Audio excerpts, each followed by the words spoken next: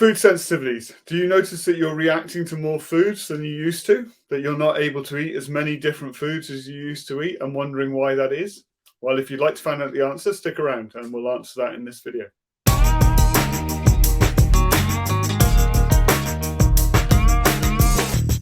My name's Eoin Rowe. I'm a doctor of chiropractic and a functional medicine practitioner, and we are going to discuss food sensitivities and some of the factors around why those might be there for you and what's causing them. Now, to understand this subject, we need to look at two different things: barrier function and immune function. So first, let's get to the barrier function. What is this? Okay, so your gut is effectively one large tube, which you put food in at the top, and the obvious thing comes out the bottom.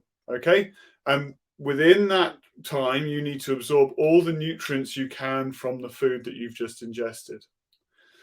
And this, this ability of your gut to absorb certain nutrients is very appropriate, but it also at the same time needs to make sure that inappropriate things don't get in. So things like pathogens and bacteria and inappropriate byproducts from your digestion don't actually enter into your cells, into your system, and into your blood circulation effectively. And the way that this is referred to as barrier function. So I've got a little drawing here for you. Here's our gut wall on either side. So imagine this is part of our tube. And inside we've got all sorts of food and bits and pieces stuck inside. And we have a gut lining made up of all these cells that are joined together.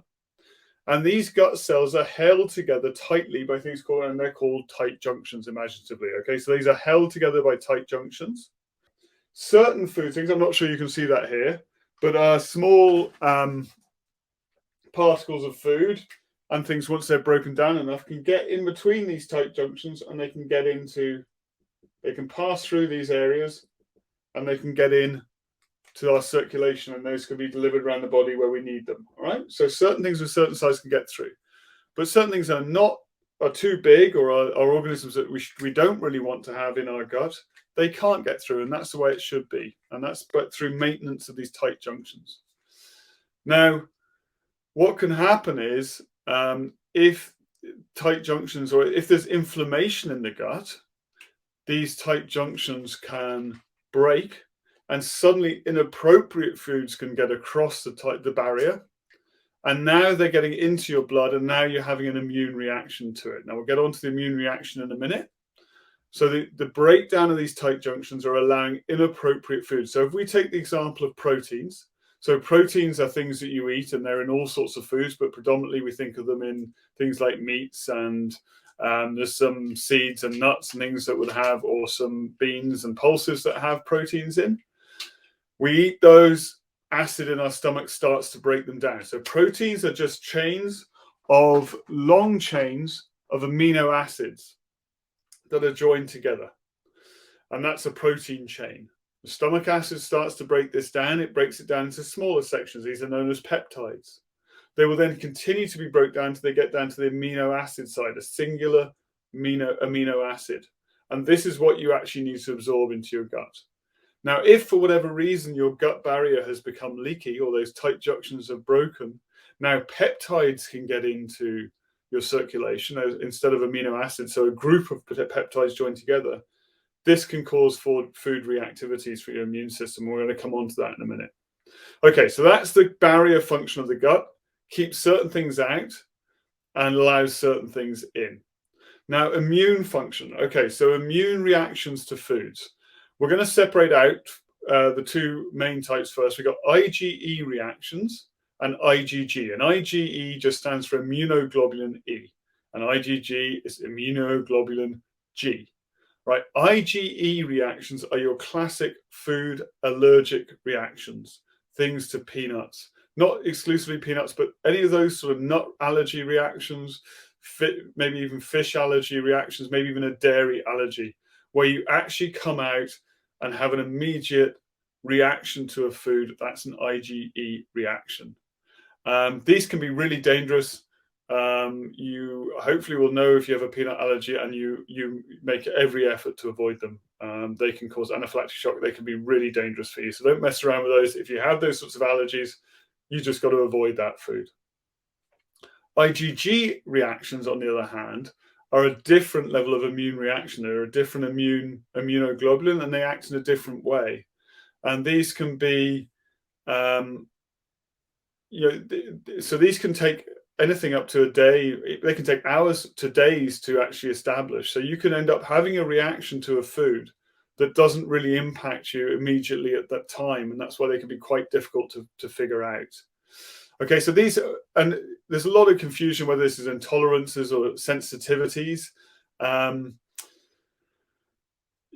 If you've got a food that you're having an IgG reaction to, you probably should avoid it. It's an immune reaction to a food, and that should be avoided, because that can drive further immune reactions in the body, and this can have a knock-on effect. Depending on what's going on for you, that can be quite problematic. So I want to talk again a little bit. So I'm going to talk specifically about gluten, because it's one of the major food sensitivities that people have. And what we're going to do is we're going to look at, so we've got a condition known as celiac disease, and this is where you have a gluten sensitivity. And what's really going on is inside your gut, you have something called so these little receptors in here, okay? So these are little tissue transglutaminase 2 receptors, okay? So I'm not going to go into what those are, but tissue transglutaminase 2 receptors in your gut. Gluten can bind to these, and then actually what it does is it breaks these tight junctions in here, okay? And effectively gives you leaky gut. Okay, so that's one of the factors of being celiac, is that if you eat gluten, it binds to tissue transglutaminase 2s, and the action of that binding actually breaks down the gut barrier function, and your gut effectively becomes leaky. Now a whole load of other proteins can start getting into your blood circulation, or a whole lot of other byproducts like lipopolysaccharides from bacteria that are really inflammatory for your body, and you don't want them entering into your system. Your body has to mount an immune reaction to those to damp them down, and this can just be uncomfortable and cause all sorts of problems. It can cause unusual symptoms, like you can give you things like brain fog. It could cause you skin problems. It can cause you even congestion, nose, nasopharyngeal congestion, and issues like that. So this is the connection that we have between all of our systems in our body. So this mechanism here, where gluten binds to tissue transglutaminase 2s, can cause leaky gut. Now, it's not the only cause. There are many possibilities for that, but it's just one of them to give you an example of an immune reaction to something. And this is an IgG reaction. This is not an IgE reaction. Okay, so an IgE reaction, like a peanut allergy. It's not the same sort of allergic reaction. Gluten is specific because it binds to tissue transglutaminase, and it's actually antibodies to this that mean you have celiac disease. So the point is, you can have other reactions to IgG reactions to many, many other foods, and this can, as I said, this cannot have immediate reaction, so you don't really know. It can be really hard to sort of differentiate the symptoms you're having to a particular food. Now, there are ways around figuring that out. You can do some testing to try and figure that out. If you are going to go the testing route, you absolutely must only consider ELISA testing, ELISA. ELISA testing is the only form of food sensitivity testing that you should consider. There are many other varieties out there as well. They tend to be a bit cheaper, but they just don't give you a reliable result. So if you want a reliable result from an IgG test, you need to do an ELISA test. Now, if you have done one of those tests and everything's come back positive, like loads of different foods, then you need to be thinking more about leaky gut. Are inappropriate foods crossing the barrier, and therefore you're reacting to everything? Okay, so you have to think about it in that way. So actually, leaky gut is really what you would need to help somebody like me to actually deal with, rather than any specific food sensitivity. Okay, so hopefully you've gone through things there, and this is the reason why you might be starting to react to more foods than you used to. Why you suddenly have a problem with bread when you never did before. It could be because actually there's been some breakdown in these tight junctions, and you now have inappropriate proteins crossing into the blood and mounting an immune reaction to it. To improve this whole picture, if you had some breakdown in your tight junctions, is to increase the amount of fiber you're eating. And that's because fiber is digested by the bacteria in your gut.